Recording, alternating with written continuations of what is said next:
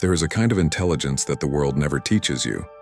Not the intelligence of grades, of credentials, of polite answers in quiet rooms, but the intelligence of survival, the intelligence of those who see the game others don't even know they're playing, and who move through it not with innocence but with clarity.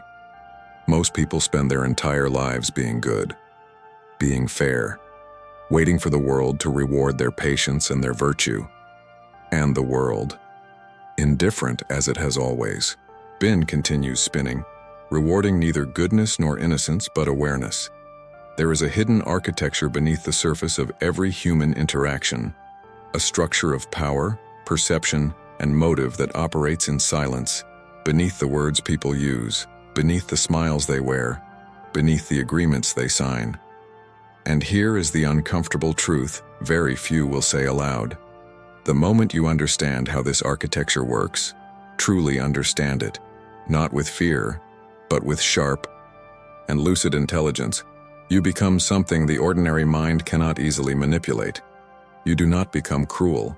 You do not become cold. You become dangerous in the most profound sense of the word. Dangerous to illusion. Dangerous to your own self-deception. What you are about to hear is not a lesson in cynicism. It is a lesson in waking up. Most people move through life as though reality is a neutral stage, a place where events simply happen, where luck is random, where outcomes are determined by forces too vast and mysterious to understand. They are wrong. Beneath every outcome, every opportunity seized or lost, every relationship that rose or collapsed, every door that opened or stayed shut, there is an invisible infrastructure of principles, not fate, not randomness, mechanics. The mechanics of how human beings actually operate when stripped of their social performance. We are taught, from the very first years of our formation, to focus on the visible world, on what is said, what is shown, what is declared. We are trained to trust appearances, to accept the first layer of things as if it were the only layer. And this training, however well-intentioned, creates a profound blindness. The man who cannot read a room cannot navigate it. The woman who cannot identify when power shifts in a conversation cannot choose her next move wisely. And the human being who has never examined their own hidden motives cannot begin to understand why their life keeps producing the same results, no matter how sincerely they try to change. Reality does not operate the way we were told. It operates the way human psychology actually functions, through desire, through fear, through the need for status and belonging, through the invisible calculations that happen in the mind long before a word is ever spoken. The world is not hiding this from you out of malice. It is simply that most eyes have never been trained to see it. And what the eyes cannot see, the mind cannot use.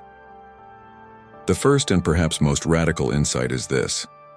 The way you perceive power determines whether you have any. This is not a statement about wealth or position.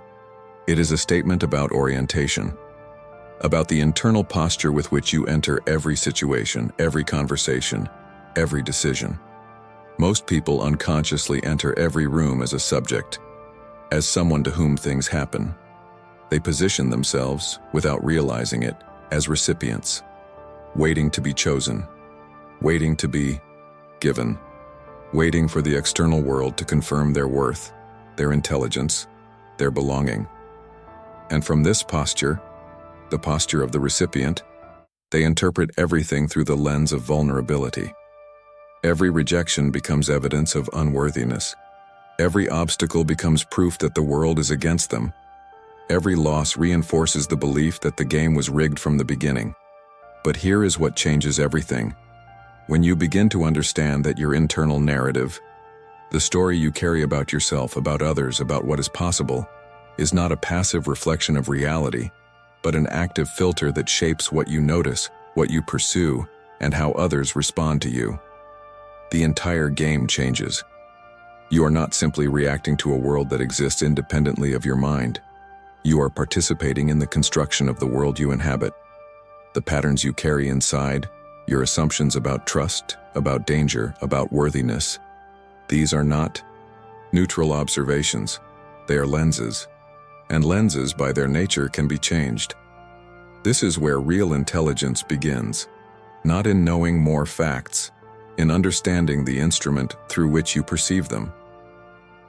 In the 15th century, in the turbulent political landscape of Renaissance Italy, a man sat in exile and wrote what would become one of the most controversial documents in the history of human thought.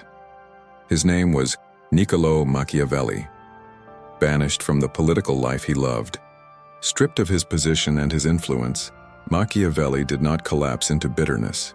He observed.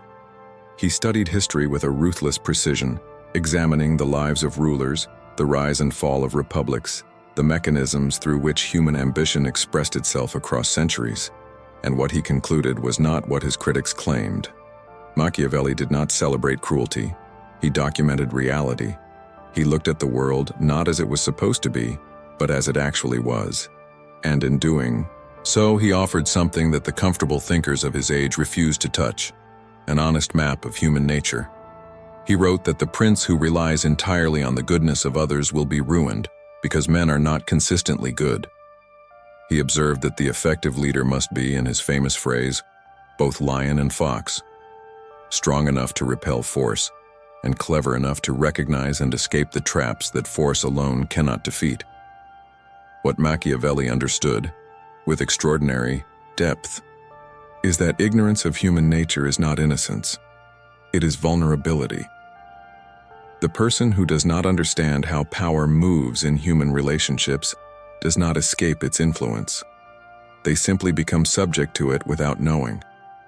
To see clearly, even when what is visible is uncomfortable, is not cynicism. It is, in Machiavelli's world, the beginning of genuine wisdom. Modern psychology has confirmed, through decades of rigorous research, what the great philosophical observers of history understood intuitively. The human mind does not perceive reality directly. It constructs it. Your subconscious mind, that vast silent processor operating beneath every thought you are aware of, holds within it a dense network of beliefs, emotional associations, and identity conclusions formed across an entire lifetime. Many of them were formed before you had the language to question them. These structures are not abstract. They are active.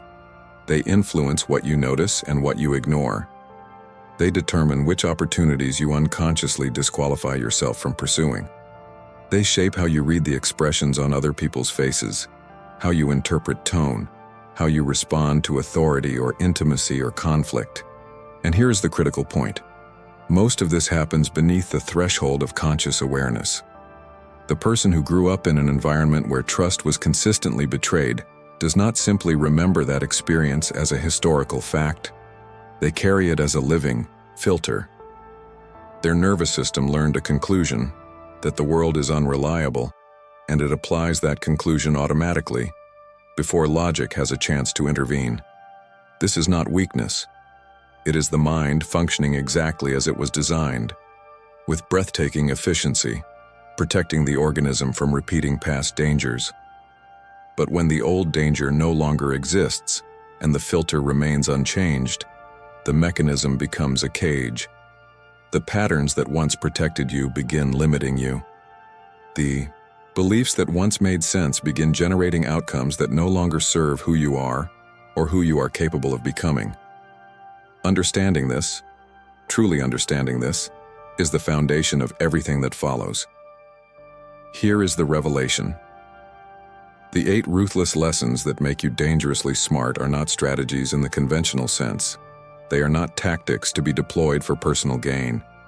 They are illuminations, moments of clarity about the nature of human behavior that, once genuinely understood, permanently alter the quality of your perception.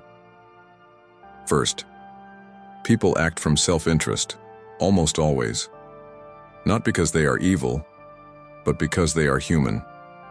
The moment you stop expecting others to prioritize you over themselves, you stop being perpetually disappointed and start navigating reality accurately. Second, appearances govern perception more than truth does. The world responds to what it sees, not necessarily to what is. This is not an invitation to deception. It is an invitation to intentional presence. Third, power respects competence and clarity.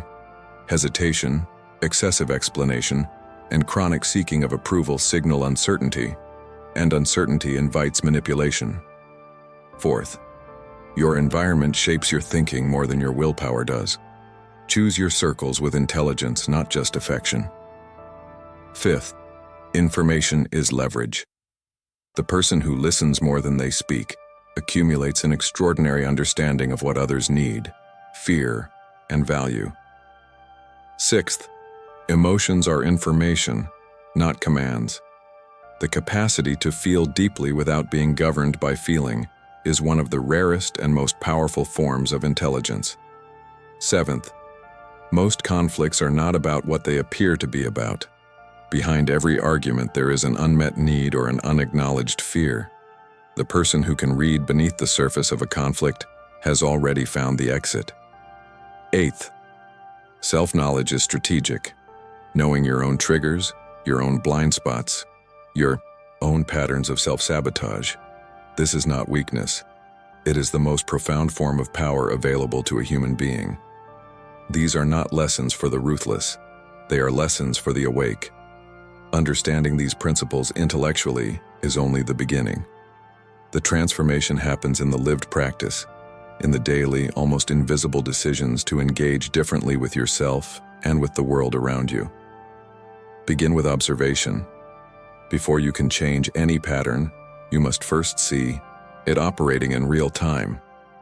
This requires a quality of self-awareness that most people never develop, simply because they have never been taught to look inward with the same rigor they apply to external problems. Start watching your own reactions, not to judge them, but to understand them. When you feel the sudden impulse to defend yourself, to withdraw, to perform, pause. Ask what belief is driving that impulse. Ask what it is protecting. Practice emotional neutrality in moments of pressure, not detachment, not indifference, but the capacity to remain present and clear when the situation would prefer you to react. This is the space, the brief, precious space between stimulus and response, where real intelligence lives. Become a student of people, not with suspicion but with curiosity. Everyone you meet is operating from a set of inner principles they rarely examine.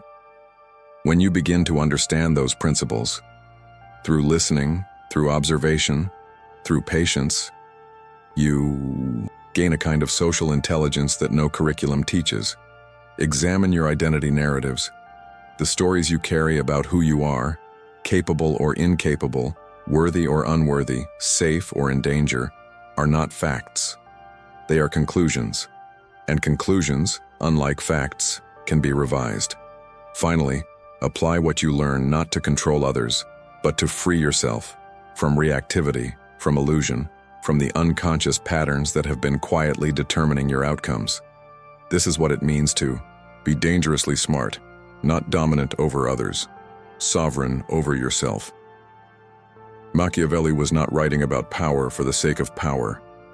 He was writing about clarity, the rare and demanding courage to see the world as it is and still choose to move through it with intention, with intelligence, and with dignity. The ruthless lessons are ruthless not because they ask you to be cruel, but because they demand you be honest. Honest about human nature, honest about your own patterns, honest about the invisible forces that have been shaping your life from the inside. Most people prefer the comfort of illusion. They prefer to believe that life is simple, that goodness is always rewarded, that sincerity alone is enough. And perhaps, in a better world, it would be.